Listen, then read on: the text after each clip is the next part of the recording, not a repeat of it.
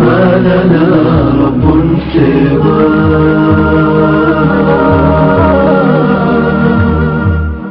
أعوذ بالله من الشيطان الرجيم. விரட்டப்பட்ட ஷைத்தானை விட்டும் அல்லாஹ்வை கொண்டு பாதுகாவல் தேடுகின்றேன். பிஸ்மில்லாஹிர் ரஹ்மானிர் ரஹீம். அளவற்ற அருளாளனும் நிகரற்ற அன்புடையோனுமாகிய அல்லாஹ்வின் திருப்பெயர் கொண்டு துவங்குகின்றேன். وَمَنْ لَمْ يَسْتَطِعْ مِنْكُمْ طَوْلًا أَنْ يَنْكِحَ الْمُحْصَنَاتِ الْمُؤْمِنَاتِ فَمِمَّا مَلَكَتْ أَيْمَانُكُمْ مِنْ فَتَيَاتِكُمُ الْمُؤْمِنَاتِ وَاللَّهُ أَعْلَمُ بِإِيمَانِكُمْ بَعْضُكُمْ مِنْ بَعْضٍ فَانكِحُوهُنَّ بِإِذْنِ أَهْلِهِنَّ وَآتُوهُنَّ أُجُورَهُنَّ بالمعروف محصنات غير مسافحات ولا متخذات أخدان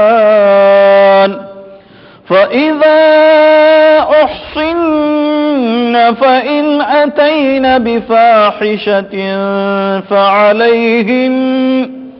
فعليهن نصف ما على المحصنات من العذاب ذلك لمن خشي العنة منكم وأن تصبروا خير لكم والله غفور رحيم. உங்களில் எவருக்கு சுதந்திரமுள்ள முஸ்லிம் பெண்களை திருமணம் செய்து கொள்ள சக்தி இல்லையோ அவர் நம்பிக்கை கொண்ட அடிமை பெண்களிலிருந்து திருமணம் செய்து கொள்ளலாம். அல்லாஹ் உங்கள் நம்பிக்கையை நன்கறிந்தே இருக்கின்றான். இவ்வடிமை பெண்களை கேவலமாக எண்ணாதீர்கள். நம்பிக்கையாளர்களாகிய உங்களில் எவரும் மற்றவருக்கு சமம்தான். ஆகவே நம்பிக்கை கொண்ட அடிமை பெண்களையும் அவர்களுடைய எஜமானனின் அனுமதியை பெற்று சட்டப்படி அவர்களுக்குரிய மகரையும் கொடுத்தே நீங்கள் அவர்களை திருமணம் செய்து கொள்ள வேண்டும். அப்பெண்கள் பத்தினிகளாக இருக்க வேண்டும். விபச்சாரிகளாகவோ அல்லது கள்ள நட்பு கொள்ளக்கூடியவர்களாகவோ இருக்கக்கூடாது.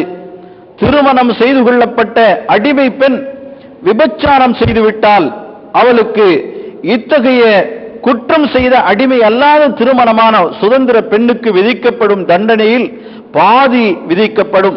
தவிர உங்களில் எவர் தன்னால் பாவம் ஏற்பட்டு விடுமென பயப்படுகின்றாரோ அவருக்குத்தான் இந்த அனுமதி, அதாவது அடிமை பெண்ணை திருமணம் செய்து கொள்ளலாம் என்பது.